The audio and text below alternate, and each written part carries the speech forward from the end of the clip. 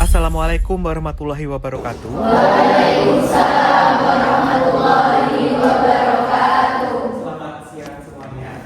Siang. Untuk mengawali perkuliahan pada siang hari ini, marilah kita berdoa dulu supaya perkuliahan bisa berjalan lancar dan bisa bermanfaat untuk kita semua. Berdoa mulai.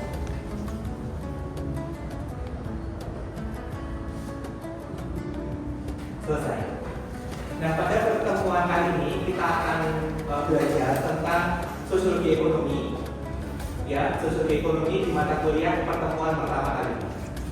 Karena masih pertemuan pertama, saya akan memperkenalkan diri terlebih dahulu. Nama saya Muhammad Al-Hadar Fadil Habib, bisa dipanggil Hada.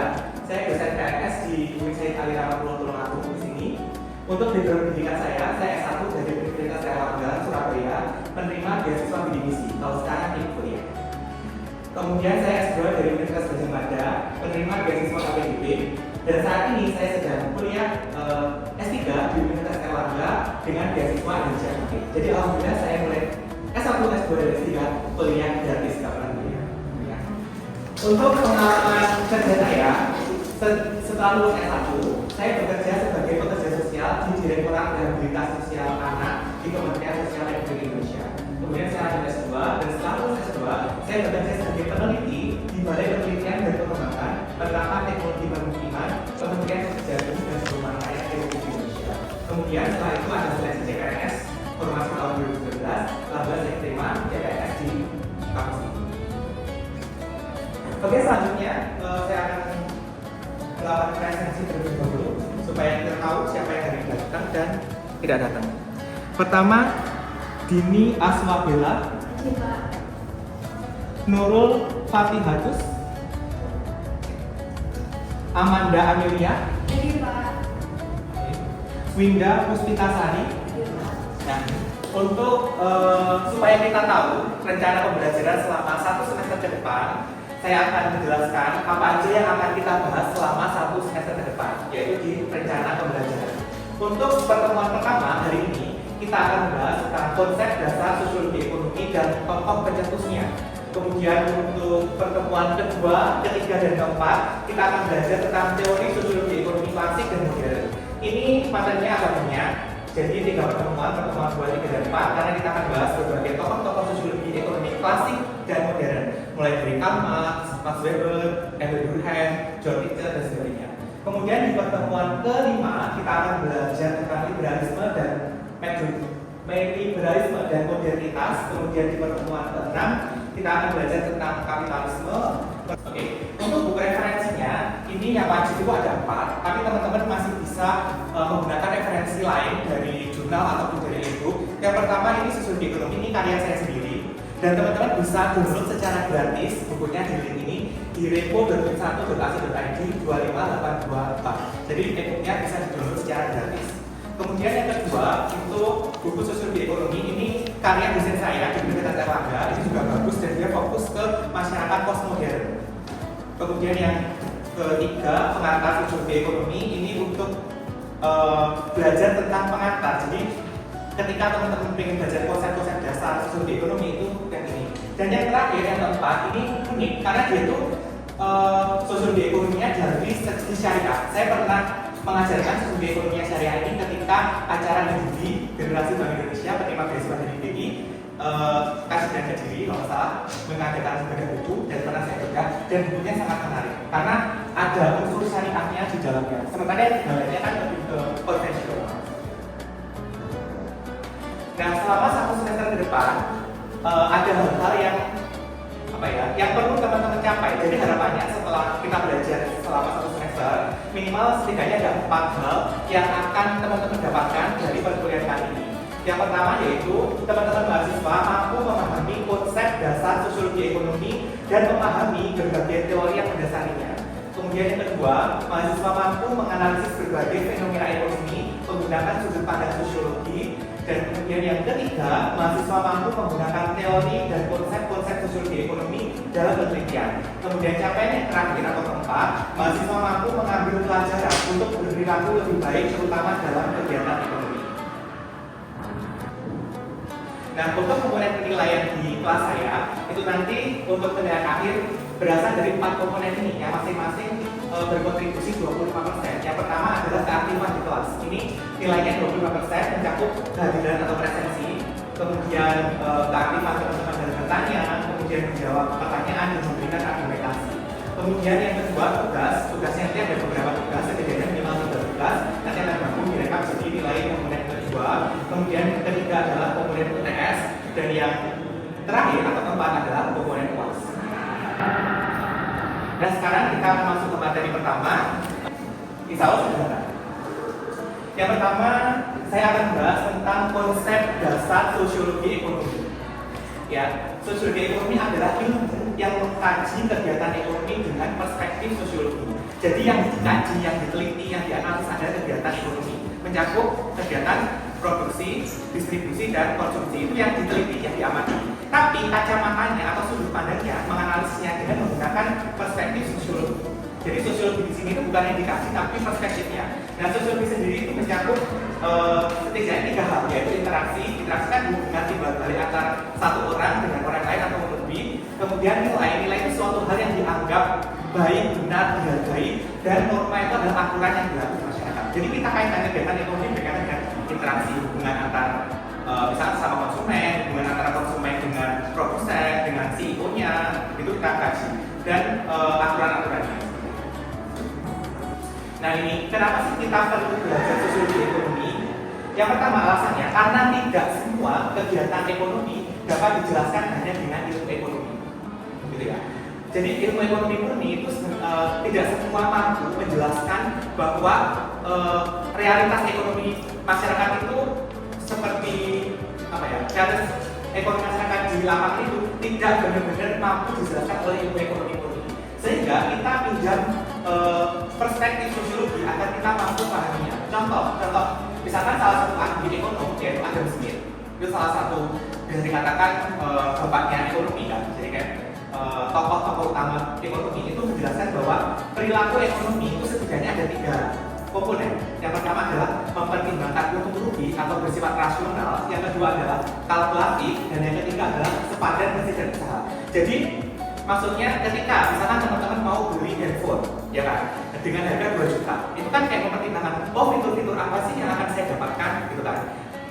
Terus dibandingkan dengan handphone lain dengan 2 juta, oh ternyata lebih bagus, gitu kan. Saya pilih yang kedua. Tapi realitasnya nggak seperti itu. Ada beberapa orang yang rela membeli dengan harga yang mahal dengan manfaat yang biasa aja. Misalkan, contoh, kan ada tas yang harganya biasa harganya 1 juta. Dengan harga yang ratusan juta. Kalau kita ngomong masalah fungsi dan manfaat, kan sama-sama, ya kan? Tas harga 1 juta kan juga sudah bagus kan? Tapi ada tas Hermes, misalkan harganya ratusan juta. Ada orang yang mau membeli dengan harga ratusan juta,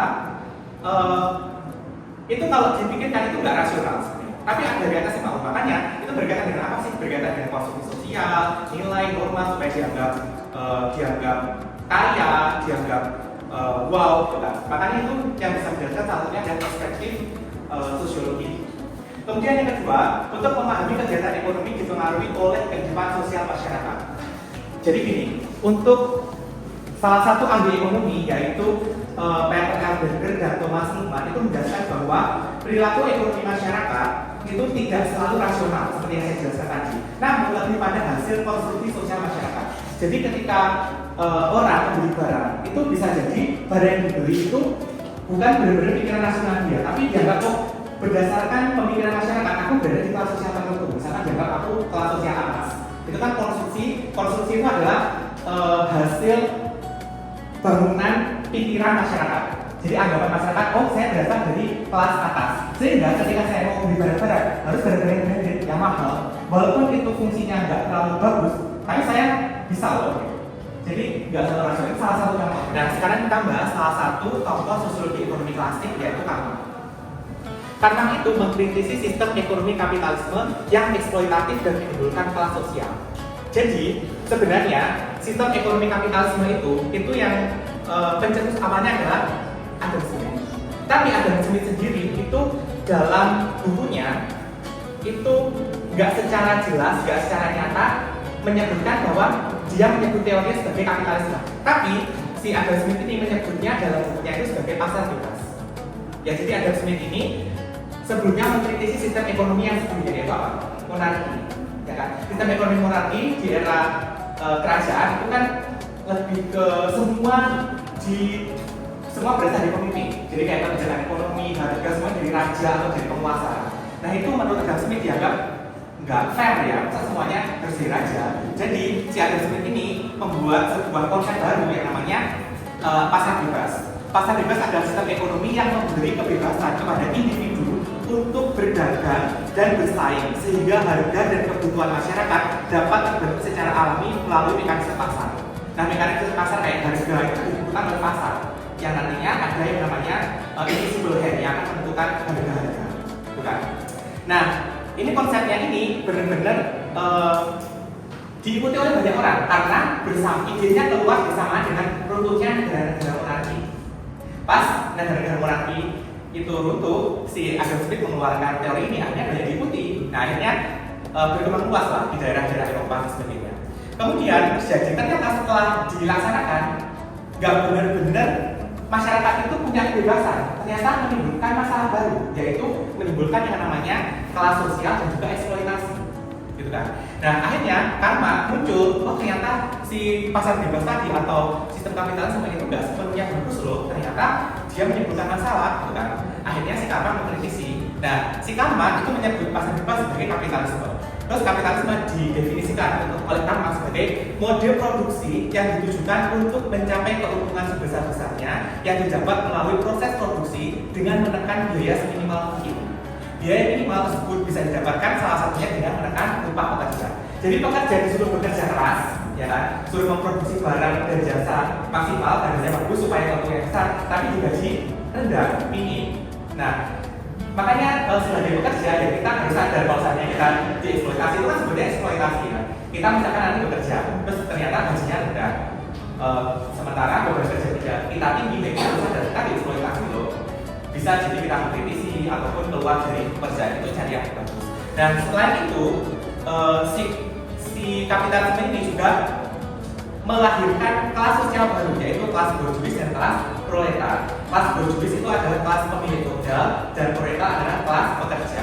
Si borjuis mengeksploitasi pekerja. Jadi borjuis. Oke, cukup ya untuk pertemuan kali ini. Selanjutnya silakan kalau misalkan ada yang mau bertanya.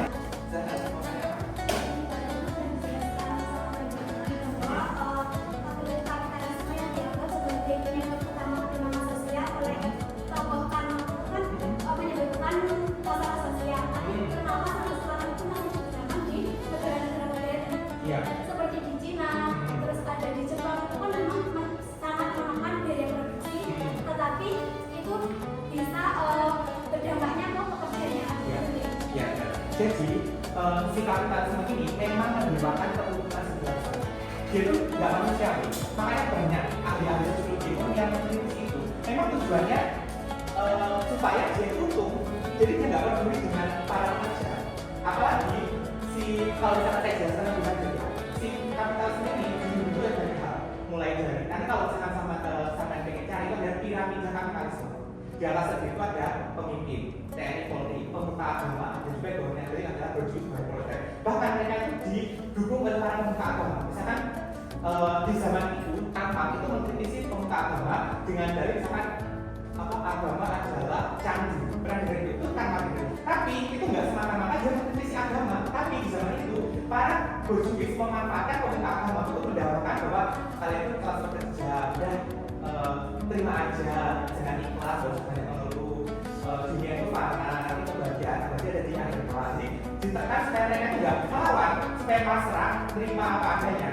Nah, makanya sih karena ngomong kalau agama dan candi itu sebenarnya bukan menghina agama, tapi di zamannya dia itu memang menggunakan pemuka agama untuk melanggengkan itu supaya tetap ada. Jadi masyarakat kayak berjalan atau pasrah aja, ikhlas, terima apa adanya. Selain pemuka agama, dia juga memanfaatkan pemerintah pemimpin. Jika kapitalisme itu juga pemimpin untuk membuat kebijakan-kebijakan yang mendukung kapitalisme itu. Jadi dibikin kebijakan yang pro terhadap kapitalisme seperti itu. Terus yang ketiga dia juga menggunakan ATM Polri. Jadi ketika ada masyarakat dulu yang jalan apakah kapitalisme vaksin ya gitu. Jadi pendukungnya itu makanya sampai sekarang kan ya setelah belajar sosiologi ekonomi harapannya kalian yang eksploitasi bisa memanusiakan manusia di gaji yang layak, nggak usah terlalu eksploitasi gitu kan. Itu ketika kalian sebagai CEO atau kelas bisnis. Ketika kalian sebagai seorang konsumen ya kan, juga konsumen yang bijak ya, beli yang kita butuhkan, nggak usah terlalu mementingkan citra, gengsi. Terus kemudian kalau konsumsi ya dipilihkan kira-kira aku butuh enggak gitu kan. Ketika mau cek waktu di Shopee atau apa berikan ini benar sih butuh atau cuma ini gitu kan. Jadi konsumen yang bijak. Oke, terima kasih untuk pertemuan kali ini. Semoga bisa bermanfaat dan saya sekali lagi ucapkan terima kasih untuk perhatiannya dan wassalamualaikum warahmatullahi wabarakatuh.